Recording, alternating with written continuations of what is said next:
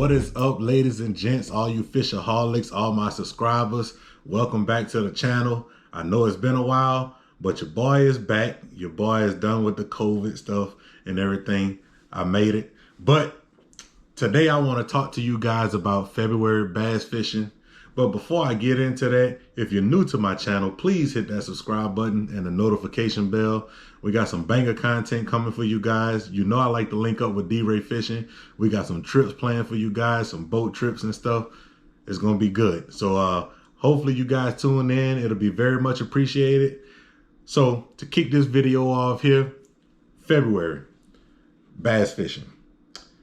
Basically the reset button to bass fishing. It's still that wintertime transition or whatever. Well, not really the transition. We're in the wintertime. You know, mostly in the South, it's not really wintertime. It's cold in the morning, but then it gets hot in the evening. Up north, you know, it's pretty much cold all day. It varies. But this video is about my top 5 baits, the top 5 picks for me for February. And it can work pretty much anywhere in the country.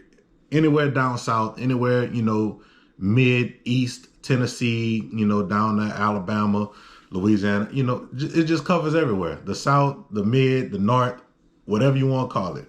You can use these pretty much anywhere.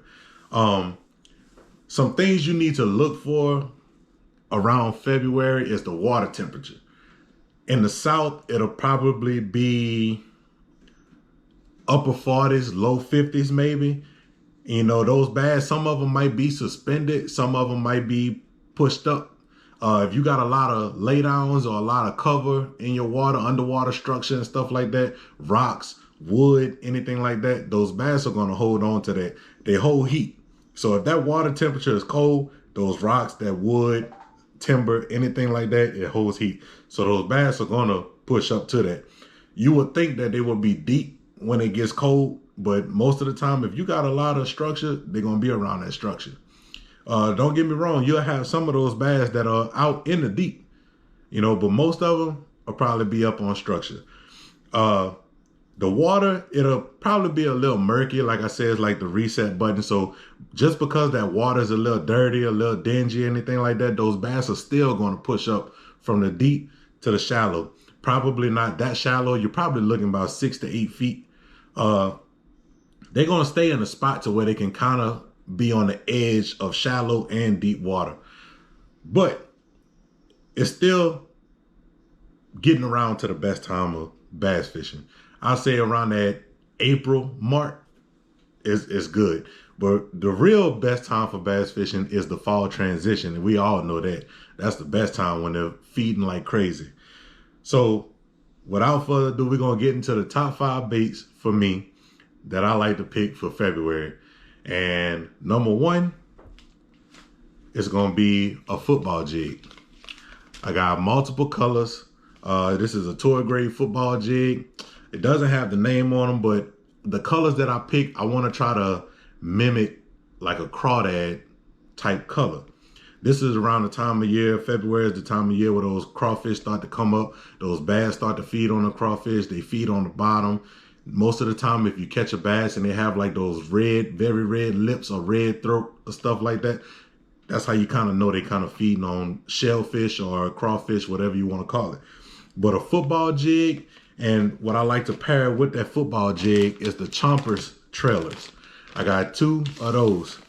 The Chompers trailers is still like that craw pattern. This one is like a golden green flake, and this one is green pumpkin. Most of those crawdads, crawfish, crayfish, a lot of people call them different things. A lot of those things, they have a distinct color to it. Some of them will be like that dark brown color, that greenish looking color. You might have a flash of red up in it.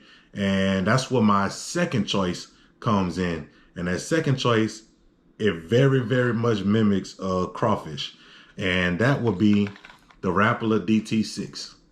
And this right here is the red crawdad. And what I mean by that color is if you look, the top of this is like that green like color or dark brown. And then you got that red orange at the bottom.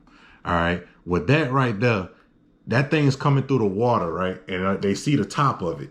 And when they see the top of it, then boom, they get that flash of orange or red or whatever, they're going to strike it. You do want to be kind of on the bottom with these. You want to be hitting that structure, rocks and stuff like that, bouncing it off, things like that. Like I said, this is the red crawdad. I also have this one right here. This is the dark brown crawdad. Pretty much the same thing, but just a little bit lighter. Still mimics that crawfish pattern. Good design for the Rapala DT6, and this is going to get you about 6 to 8 feet. So that's pretty much the range where you want to be, you know, around structure and that spot that I was talking about, from the shallow water to the deep water, that spot that they just sit in. That's just the perfect spot for them when that water gets murky and they push up. So number 1 is the football jig. Still want to mimic the crawdad color. Number 2 is the Rapala DT6. Still want to mimic the crawdad color. My number 3 choice, which is, I feel like it's the best one and should get the most strikes, most reaction strikes. It will be the lipless crankbaits. This is the lipless 2-tap tungsten crankbaits. This one is the Rayburn Red, and this one is the Delta Red. So they still mimic that crawfish pattern, still got that dark back on it right there, and then you got the red, and then they kind of flash the orange on the bottom. This one here is more of a solid, darker red. Still got some black in it. Still got a little orange on the bottom, but it's the same principle. That same principle of that bait coming through that water, and they see it, and then boom, they get that flash of that orange or that red, and they gonna kill it. Strike King 2-tap tungsten lipless crankbait. That's my number 3 choice. And with that right there, I'm going to target points. I'm going to target grass flats.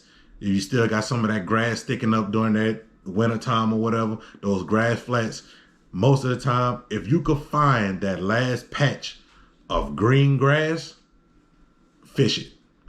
That last patch of green grass that's putting off oxygen and everything like that, they're going to crowd around that. They're going to hold on to it, fish it, and fish it thoroughly. All right. So we got a jig, we got a crankbait, we got a lipless crankbait. Okay, my number 4 choice will be a suspended jerkbait. I got 2 of those suspended jerkbaits. This is the Clearwater minnow, and this is the natural shad. So Clearwater and natural shad, suspended jerkbait. You know, those bass still sitting in that 6 to 8 foot range. You let that thing just sink slow, and then you just give it a few twitches or whatever, mimic that injured bait fish still, and you'll be surprised at the hit that you'll get on a jerkbait. You know, they'll come up for it. Especially if you put it right in their face, they're gonna come up for it. So suspended jerkbaits, that's number 4. You gotta have a jerkbait in your arsenal. Same thing. You want to target grass flats. You want to target points. If you have rocks, you know, concrete, anything like that that's just in the water, you want to try to run that jerkbait over there. It got, you know, like the knockers and stuff in it. You can still hear it. They irritate them or whatever. So that would be my number 4 choice, is a suspended jerkbait. I'll fish it slow, fish it more efficiently. So moving on from that, I will go with my number 5 choice, and it's still going to be the same thing. But this here is a deep dive jerkbait. This is the bone color, a deep dive jerkbait. All right, and that deep dive jerkbait for those bass that are still out deep. And instead of them coming up to that 6 to 8 foot range, those bass that are out deep, I want to get down there and I want to make them mad. I want to get them aggressive. I want to get them to hit that reaction strike. I want to put it right in front of their face. And it's the same thing. If you can target deep grass flats or deep structure, use this. Use this jerkbait. I'm telling you, it's a killer. It's a killer. So going over all the baits, we got a jig. We got the Rapala DT6. We got the 2-tap tungsten lipless crankbait. We got the deep dive shadow wrap jerkbait. We got the suspended jerkbaits, and we got the chompers to go as the trailer for the jigs. So those are my top 5 baits for the month of February, and hopefully I can put a video together for you guys soon and getting a few bites, a few slabs, a few big mamas with these exact baits. So I plan on doing that probably this weekend if I'm free. If not, then it'll be another time. But thank you guys for tuning in. Big 50 over and out.